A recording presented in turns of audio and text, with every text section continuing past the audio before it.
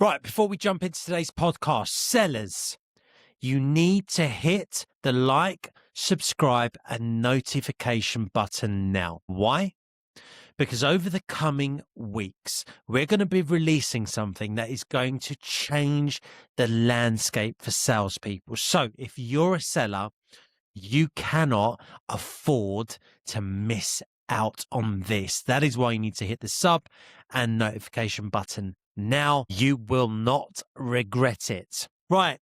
On this week's Sell the Future podcast, I have put together 5 sales statements that are perceived to be facts in sales, but actually are myth. We're going to bust those myths. So stay tuned for that myth buster session later. But first, sell me this pen. We get asked this in interviews. Why? They want to see how you handle it. Do you flap?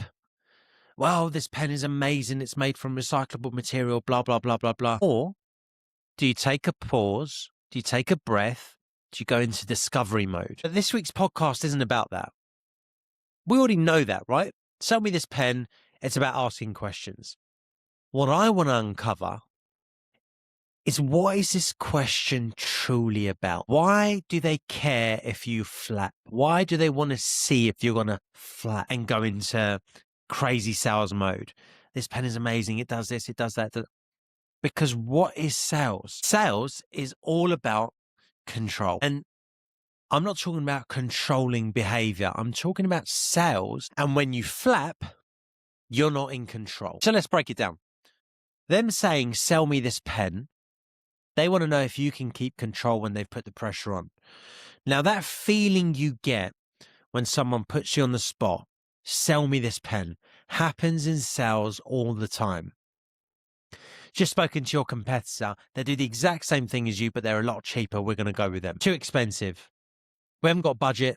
Give me a shout next quarter. All of those statements, including sell me this pen, give you that same sinking feeling, don't they?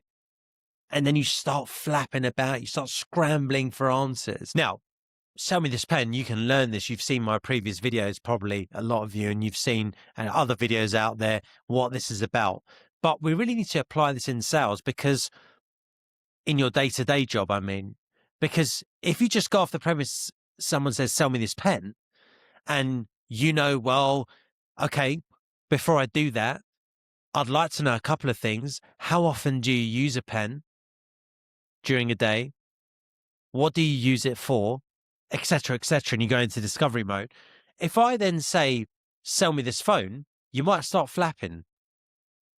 If I then say, I've just spoken to your competitor, they do the exact same thing and they're much cheaper, I'm going to go with them, you might start flapping.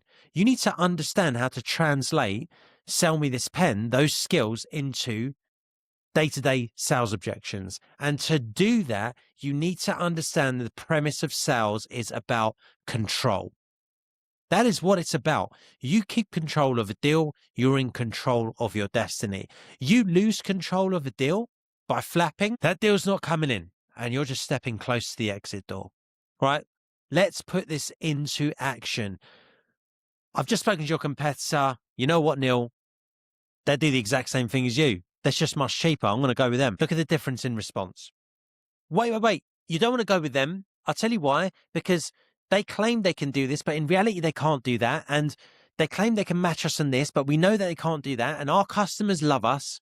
I've already lost control. What are they hearing? They're just hearing a desperate salesperson trying to keep hold of a deal that they thought was coming in. But as soon as they've been hit with a roadblock, they've panicked. You've gone into panic mode at the first sign of a roadblock you feel you can't overcome. Now, how should you respond? Neil, just spoken to your competitor, your direct competitor. They do the exact same thing as you, mate. Only they're a lot cheaper. I'm going to go with them. John, totally hear you. Quick question. If they do the exact same thing as us, but for a fraction of the price, don't you think we'd be out of business? You're keeping control of this conversation because John's just come to you out of the blue and gone, listen, spoken to your competitor, they're cheaper, we're off. Fine. Apparently they do the exact same thing though, John, which begs the question, if they're so much cheaper, why, and they're doing the same job as us, why are we the market leader? Shouldn't they be? Shouldn't we be out of business? You're keeping control, right? Keep calm, keep control. You're too expensive. Sure. Absolutely fine. Just curious, compared to what? Just so I'm on the same page as you. Too expensive compared to what? Just expensive. Okay, cool. Or, okay, sure. What else? Right? What are you telling them? You're not fazed by too expensive. Yeah, sure. What else? Yeah, that's great. We hear that all the time. Yeah, we're too expensive. Okay, cool. What else? Have you got any other gripes? Does it do what you need it to do from a product standpoint? Yeah. Okay. So now we've isolated the objection. Great. Now we can deal with it. But if you go into, well, is it too expensive, Neil? Well, we can take the price down if, you do this and, or maybe if you do that and I can move price on this and move price on that. Forget all that. Too expensive. Okay, cool. What else? What else you got? You ain't going to hurt me with too expensive. I know that our product solves your problem. So don't think you've got the cards. I'm in control here. Okay, it does solve a problem from a product standpoint, but Neil, it is still too expensive. All right, no problem. If you want to negotiate, you can negotiate, but you're going to negotiate within my framework of 3 levers that you can pull. They're the only 3 levers that's going to get you a discount. Outside of that, price remains firm. Sales is about control, guys. Whatever it is, whether it's a statement, sell me your product. Sell me this pen. All right, I've got 30 seconds. Tell me everything about yourself. Don't go into, well, we do this, we do that, we provide X, Y, and Z. Listen, our product does a ton of things. In reality, I actually need to figure out if we're a product fit for you. I've got a couple of questions for you. You've got more than 30 seconds, right? Go into discovery mode. You want to hit those objections with a question. You want to hit those roadblocks with a question. That's how you keep control. If you go into flat mode, you've got no control and then you've got no chance for that deal. I hope that makes sense, guys, right? Sell me this pen.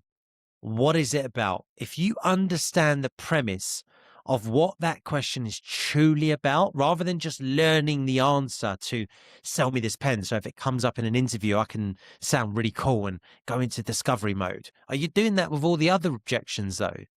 Yeah. Why are you doing that? Once you understand why this question's asked and you understand that they want to see how you're going to respond because they want to know if you can keep control in highly pressurized sales situations, then you can apply it to the whole of sales. Because if you understand the premise that sales is about control and you need to keep control throughout the process, then that will be your default go-to mode and your sales will skyrocket. And this can apply to everything. Oh, does it do this? Does it have that feature? Does it have that? Listen, we have a ton of features, John, and I can go down a rabbit hole with you around features, but I'll probably be here all day. The main premise I want to show you is you told me at the start of this call your problem was X, Y, and Z. And what I've showcased to you just now solves exactly that. Now, absolutely fine to go through features after setup stage. You'll get your own customer success manager and they'll show you how to get the absolute maximum out of the system. So instead of eking out an extra 25% towards your target, which we've already highlighted today, you might get an extra 35% beyond target next year with our extra features. But for now, we need to focus on the main problem. And to do that, we need to do X, Y, and Z. Does that sound good to you? Great. Control, get them back on. It's not a magic wand. Your product isn't a magic wand that can just do everything. Can it do this? Can it do that? Can it do that? What about that? Look, John, what are we talking about here, mate? You told me at the start of this call, this is your problem. This is how you solve it. Yes, I'm sure through the next few months, we're actually going to be able to really become even more efficient with your process. And you're going to see the benefit of that in the next 4, 5, 6 months. But for now, we need to solve this leak you've got.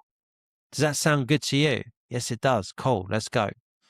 Guys, Hope that was useful. I know everyone does videos around sell me this pen. This is a bit deeper than that. You really need to understand the premise of why they're asking it. Most interviews will ask it because it sounds cool, but there'll be interviewers out there that are asking that because they want to know how you deal with a highly pressurized situation. And in this day and age, if they're still asking sell me this pen, they'll probably substitute the pen for something else to throw you off. You need to know what the questioning is truly about. And how we get there, you ask why. Why are they asking me this question? They want to see if I flap. But why is that important to them? They want to know if I can stay in control of a deal in a highly pressurized situation. Boom. Guys, hope that was useful. Obviously, don't forget, like and subscribe. And if you're having issues with objection handling in general, I've created an objection handling masterclass in the link below. Make sure you download your copy now so you are starting 2026 on the right foot. Now, I said to you earlier, we're going to be busting some myths, some famous myths that run in sales. You'll recognize a lot of these. Myth number one, we're going to play fact or myth. Cold calls are dead. My verdict? That's a myth. Cold calls are not dead, guys. Yeah, bad ones are, sure, no doubt. But in a world where there's so many ways to reach people and the human touch is further away because of AI, it's actually the one that cuts through the most still, because there's nothing like building a relationship through a conversation. Obviously, if you can meet face to face, great. Networking, love that. But outside of that, what's going to build a connection better? An email? Or is it going to be a phone call? Yeah, like the sales trainer says, the one that's out there, the weirdest sales trainer. I'm yet to receive an email that was better than having a conversation. He's bang on the money. Now, what they actually mean when they say cold calls are dead, or what they should mean really, is that spray and pray, easy for me to say, scripts don't work, and calling with zero context doesn't work. Hi, my name's Neil. I'm calling from ABC company today. How are you? That is rubbish. You'll be surprised at how many calls I get that start like that. We're in 2026, guys. That is not the way to do it. Be relevant, well-timed, well-researched, okay? Cold calling has actually got easier in one way. Most reps stop doing it properly, so the bar is super low. And in fact, most reps have stopped doing it altogether because of this myth that cold calls are dead. They're scared to pick up the phone. No one wants to do it. And they hide behind the fact that, oh yeah, cold calls are dead. Well, it's not a fact. It's a myth. So if your call sounds like, hey, did some research, I've noticed you're scaling X, or quick question, how are you currently handling Y? You're going to get far more cut through. Okay? Cold calls are not dead. Bad ones are. Do your research. People hate being sold to. My verdict, myth. People don't hate being sold to. People are buying every day. If they hated being sold to, there wouldn't be any buyers, would there, in today's world? So why are there buyers? Because people hate being sold to badly. They hate being talked at. They hate being pitched too early. No discovery. Go straight into the product, straight into the pitch. No one wants that. They feel like a number. Yeah. But people love buying. They do. You love buying. I love buying. We all buy stuff, don't we? So why do we do it? Because we're seeing a solution to a real problem. And this is, I know I've got a hole in my trainer. I need to buy a new trainer. Okay, now there's a need. Right. Okay, excellent. But if no one asks me if I need a new trainers or how my current trainer is doing, they're not going to have a clue, are they? Right? People love buying solutions to real problems. They love buying from someone who actually listens, and they love buying from someone who helps them make a better decision. Good sales feels like clarity, not pressure. That's exactly it. Good sales feel right. Myth number 3, price is the main reason deals are lost. My verdict, big fat myth. Price isn't a problem. Value is. If a prospect says it's too expensive, what they're really saying is, I don't fully get the ROI, right? Because if they did, they'd see it. They'd see the value, right? I'm not convinced this matters enough. You haven't tied this to my pain. Therefore, it's not a priority. Yeah, it looks good, nice to have. It hasn't become an essential for them, which means you haven't done the job properly, which means you haven't uncovered their pain. And if you have uncovered their pain, you haven't tied it to it.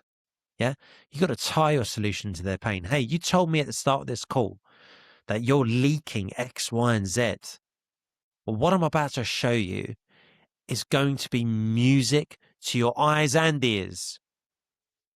If your eyes can hear music, right? It's going to fix not only X and Y, but also that magic point Z, which is costing you A, B, C. When the value is clear, price is secondary. If I see the value for something, I'm not going to, I know it's worth the price because my investment is tenfold or whatever it is, right? If there's no value or I can't see the value of it, I'm not going to buy it. Why would I buy it? Myth number 4, you need to be an extrovert to be good at sales. My verdict, which I've already told you, is a myth. Some of the best salespeople are quiet, thoughtful, and curious. He's actually very, very spot on. Think about it. Look at your peers. Are the loudest people actually the best sellers on your floor? Now look at the ones that are quiet, thoughtful, curious. Sales isn't about being loud. This isn't the 1980s or 1990s and you're just doing some dodgy B2C selling. Let's call it what it is. Where you just talk at people, do 95% of the talking and steer them down a murky road. It's not the way. Sales isn't about being loud. It's about asking better questions. Is someone going to buy from me because I'm loud? I'm bubbly, but I'm missing the mark? Or are they going to buy from me because, well, actually, I'm a bit of an introvert. I'm not too loud. I'm softly spoken, but I ask the right questions that uncover their pain, and then I provide them a solution. They're going to go with option number 2. Shutting up at the right time. If you're too busy being loud, what are you not doing? Listening. Listening is the key to understanding where the business is. That is super important. Charisma helps and curiosity closes. Charisma gets you in the door. Curiosity gets you a seat at the table. And finally, myth or fact number 5. More activity equals more sales. Well, you need to dial more. You'll get more sales as a result. My verdict, myth. Why am I saying it's a myth? More activity only works if the activity is good.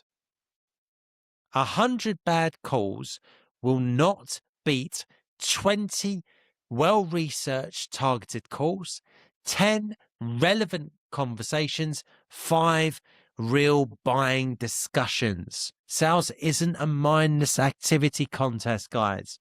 It's a thinking game.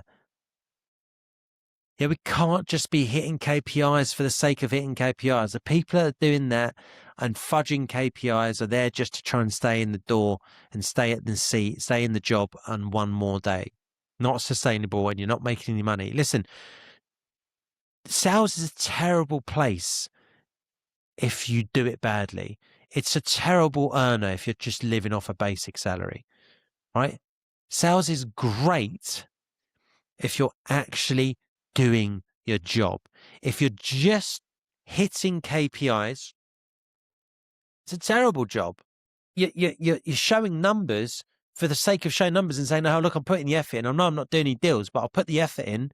Can I keep my job for another month? Yeah, you can, but you're still getting a shit basic because the money is made in commission. That is the whole point in sales. It's one of the toughest jobs around to do well. And if not done well, it's a horribly low-paying job. It's only a high-paying job if you know what you're doing and you're good at it. I actually think 80% of sellers should be doing something else. You're in the wrong game if you're unable to do deals, but you're just looking at KPIs like, right, my job is to hit 100 goals today, so, my manager doesn't fire me. That's the wrong way to look at it. My goal is to make as much money as I can by solving as many problems as I can and uncovering problems in the first place, uncovering pain so I can solve those problems. That's the point of sales. So what have we learned today? Sales is about control and uncovering pain and tying your solution to their pain. That's sales. Now, yes, we can overcomplicate and add a load of things to it. But when you speak to people, you speak to them with curiosity. Why? You're trying to uncover pain. Just like we did at the start of this call. Sell me this pen. Why do they ask that? Okay, you can ask the first why. They want to see if I'm flapping. But ask the second why. Why is that important for them to see if I flap? Or how I deal with it? Because sales is about control. Yep. Why be curious? Because curiosity uncovers pain. Don't just feature dump. Uncover actual pain. It's far more valuable. Guys, that's it for another episode of Sell the Future podcast. Make sure you like and subscribe if you haven't already. It really helps me get my message out. And don't forget, hit the notification button. It's important that you subscribe because in the coming weeks, we've been working behind the scenes furiously for a while now. All because we are going to release something that is going to change the landscape for all of you sellers. You don't want to miss out. Do that. And if you haven't had enough of me and you can't wait another week, click right here and I'll see you guys in there.